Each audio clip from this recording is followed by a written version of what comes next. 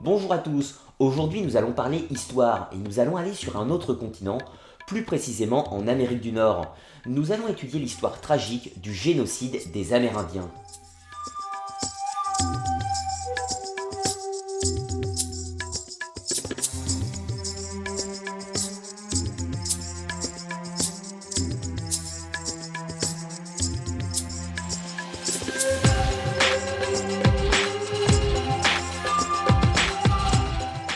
Au début, les États-Unis d'Amérique ressemblaient à peu près à cela, à un ensemble de tribus que l'on nomme les Amérindiens ou les natifs américains.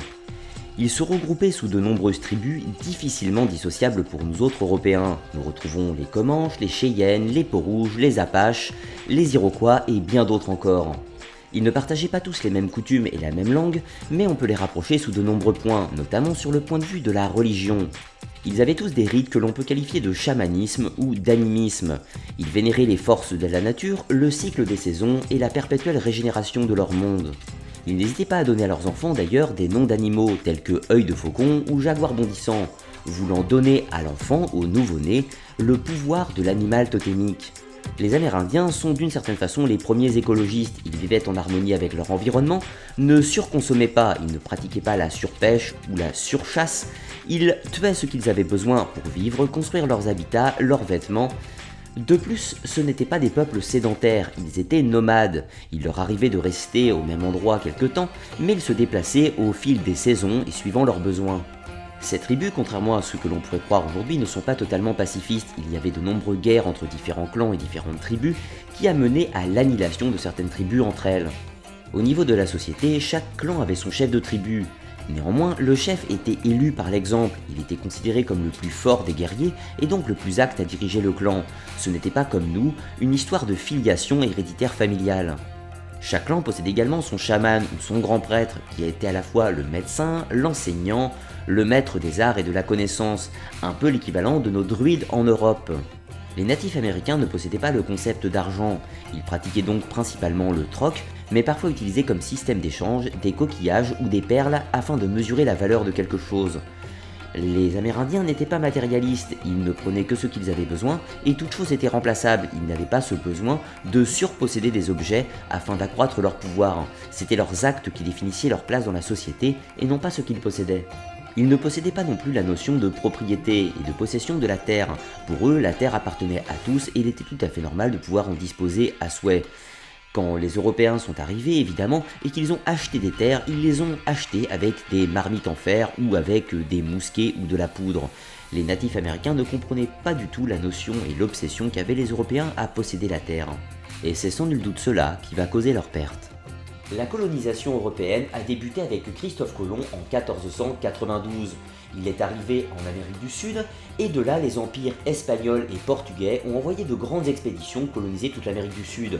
Également l'Amérique centrale et l'Amérique du Nord va venir ensuite, mais vont se joindre aux Espagnols et aux Portugais, les Anglais, les Français, les Pays-Bas et quelques autres pays.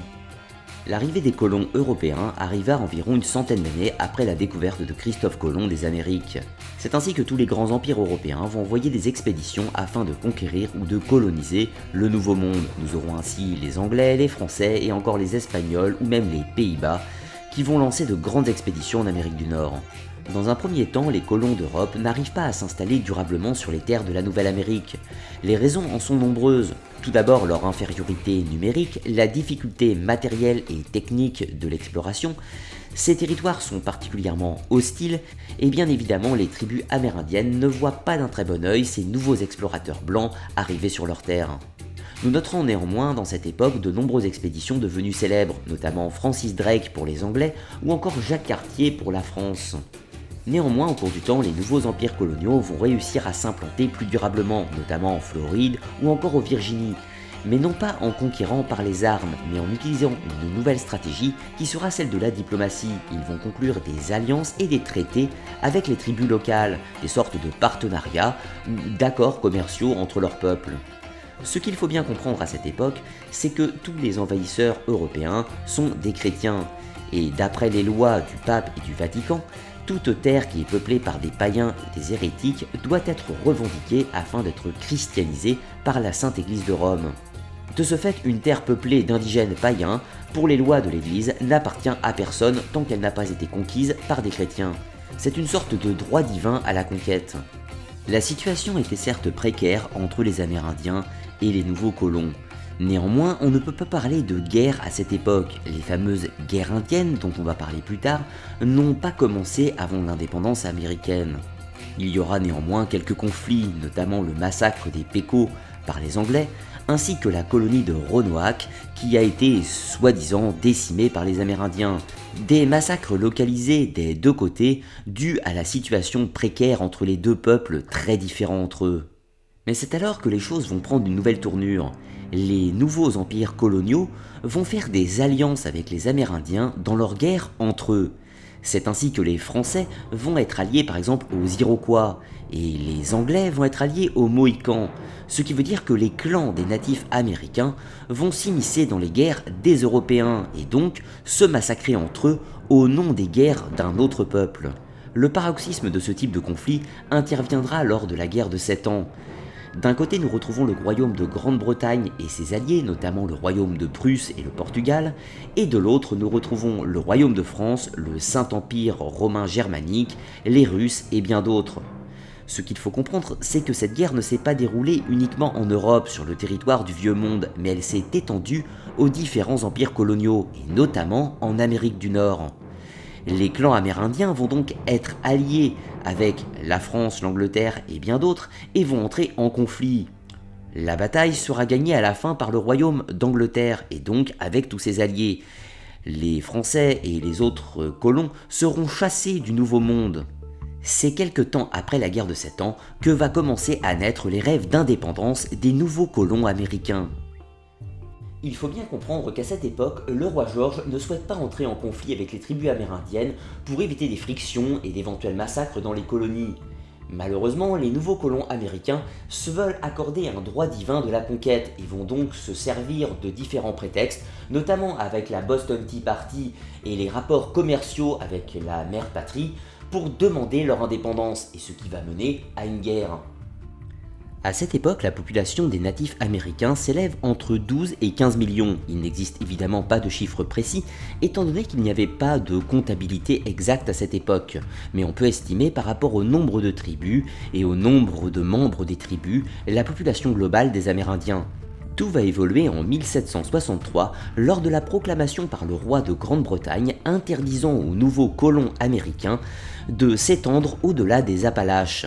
Cette proclamation ne fit pas du tout plaisir aux colons et cela va déclencher quelques années plus tard la guerre d'indépendance. Le royaume de Grande-Bretagne ne souhaite pas entrer en conflit avec les peuples des natifs américains qui les ont grandement aidés lors de leur guerre contre la France.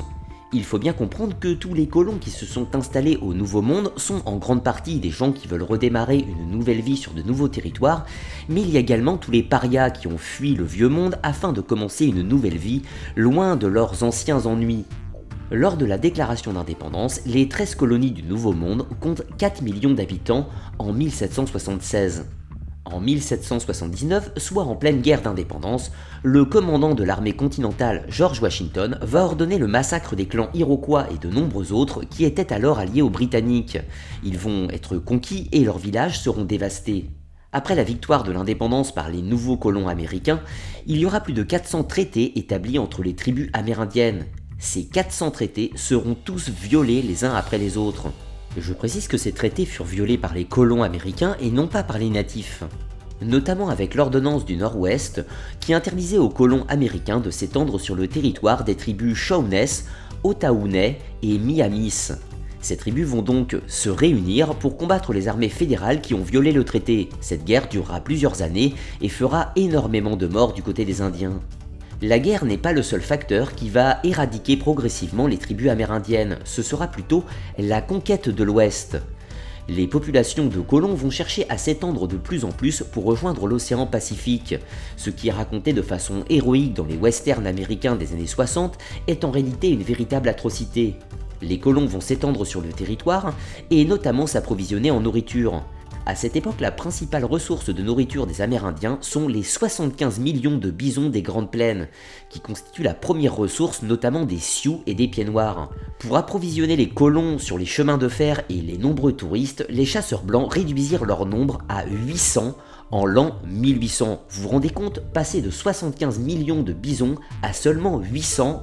Aujourd'hui, la population de bisons est remontée à 500 000 membres. Néanmoins, on est loin des 75 millions d'origine. Un autre facteur essentiel de la conquête de l'Ouest sera la cession de la Louisiane française par Napoléon Bonaparte en 1803. Cela donnera un prétexte aux Américains pour ouvrir de nouvelles portes de migration vers l'Ouest et forcer les Amérindiens à évacuer le secteur. Le Congrès américain va alors autoriser le président à négocier avec les tribus afin d'échanger leur territoire contre des réserves. Ce sera une forme de camp de concentration avant l'heure pour les Amérindiens. Il faut bien comprendre que la déportation des Indiens dans des réserves ne s'est pas fait en toute gaieté. La plupart des Indiens étaient récalcitrants, mais ils ont été menacés d'expéditions punitives s'ils ne signaient pas les différents traités.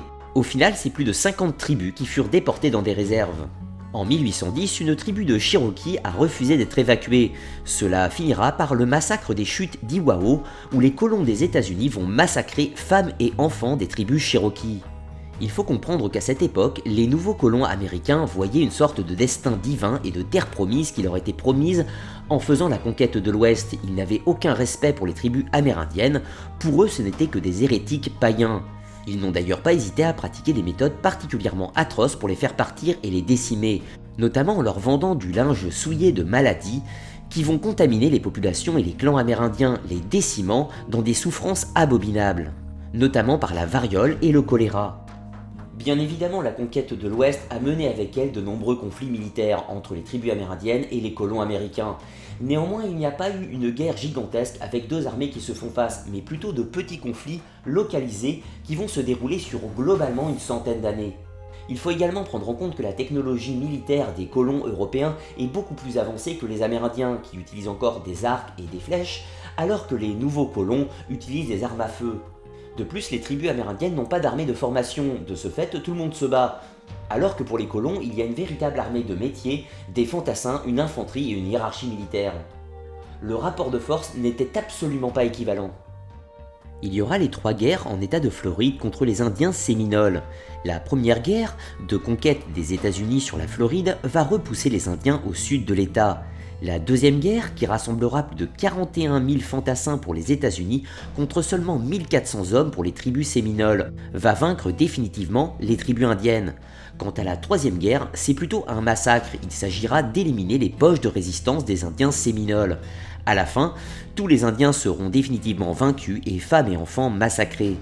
Il y aura également la guerre au Nouveau-Mexique dans les années 1860 à 64 contre les tribus Navajo. Ces derniers vont devoir fuir le Nouveau-Mexique et vont mourir pour la plupart de sous-nutrition. Un des épisodes les plus sordides fut la guerre appelée la piste des larmes. Ce n'est pas une guerre à proprement parler, mais plutôt des poches de résistance et une guérilla qui s'était installée par les Indiens Cherokee. L'État de Géorgie avait déclaré prendre les terres des Amérindiens pour les donner à des colons blancs. Bien évidemment, les Indiens ne l'ont pas accepté et se sont rebellés autant que faire se peut. Néanmoins, ils furent vaincus et eux aussi expédiés dans une réserve. Il y aura en 1876 la célèbre guerre des Black Hills, où le lieutenant-colonel Custer va mourir et devenir un héros national américain. Ce sera une alliance entre les Sioux et les Cheyennes notamment, afin d'arrêter et de stopper l'avance des États-Unis. Comme à l'habitude, ce sont les États-Unis qui vont l'emporter largement, avec une armée bien supérieure en nombre et bien évidemment un équipement supérieur. Nous sommes assez loin de l'image populaire des Indiens sauvages attaquant les pauvres Américains esselés dans leur fort, ce serait plutôt l'inverse. Bien évidemment, je ne peux pas vous résumer toutes les guerres qui ont lieu entre les tribus amérindiennes et les nouveaux États-Unis d'Amérique. La seule chose à savoir, c'est que les États-Unis sont sortis victorieux de toutes ces guerres, notamment à Black Hawks, la guerre des Paiutes, la guerre des Sioux en 62, la guerre des Modocs, la guerre de la Rivière Rouge ou encore la guerre des Nez Percés. La dernière grande guerre prit fin en 1886 lorsque Geronimo, le dernier des grands chefs Apaches, qui résistait alors à la déportation des siens dans une réserve, s'est rendu aux troupes américaines. 10 ans plus tard, en 1896, il y aura un recensement des Indiens d'Amérique. Ils ne sont plus que 250 000 dans tous les États-Unis d'Amérique, soit une diminution drastique de leur population qui était plus de 12 millions avant l'arrivée des colons américains. À ce jour, aux États-Unis, la plupart des groupes ethniques natifs américains se trouvent uniquement dans des réserves. Leur population a drastiquement chuté. Et pire encore, la citoyenneté américaine ne leur sera attribuée qu'en 1924. Et malgré cette citoyenneté, le droit de vote ne sera accordé dans les premiers États, en Arizona notamment, en 1948, soit juste après la Seconde Guerre mondiale. Une véritable intolérance pour ce peuple qui puise ses racines sur cette terre. Sans compter l'un des éléments les plus atroces, toujours en considérant les génocides qui se sont produits lors de la Seconde Guerre mondiale. Dans les années 60, il y aura une stérilisation de masse des femmes amérindiennes. Bien que ces éléments soient contestés car les Américains n'ont jamais donné officiellement les archives et ont toujours démenti, plus de 40% des femmes amérindiennes furent stérilisées de force. De nos jours, il y a de plus en plus d'organisations humanitaires, d'ONG et d'associations qui se battent pour faire accepter à la communauté internationale qu'il y a bel et bien eu un génocide contre le peuple des Amérindiens. Bien que les preuves soient accablantes et extrêmement nombreuses, le gouvernement américain a toujours rejeté l'idée du génocide américain. Et la propagande d'Hollywood a bien fait son travail. Beaucoup de gens pensent encore que les Indiens étaient des barbares sauvages qui agressaient les pauvres colons américains dans leur fort, ce qui est très loin de la réalité historique. Voilà, c'est terminé pour cette petite vidéo d'aujourd'hui. Je vous invite à mettre un petit pouce vers le haut si vous avez apprécié la vidéo, partagez massivement cette vidéo si elle vous a plu. Pour ceux qui le souhaitent, je vous rappelle, vous pouvez me suivre sur Facebook pour être au courant de l'actualité de la chaîne, les nouvelles vidéos à venir, les articles et l'actualité. Et bien évidemment, pour les plus courageux, vous pouvez aller sur le Tipeee de l'émission et faire un petit don si vous voulez m'encourager dans mon travail et me soutenir bien évidemment. Je vous dis à très bientôt pour de nouvelles émissions d'histoire, d'archéologie, de mythologie et de symbolisme sur la chaîne Arcana. A très bientôt!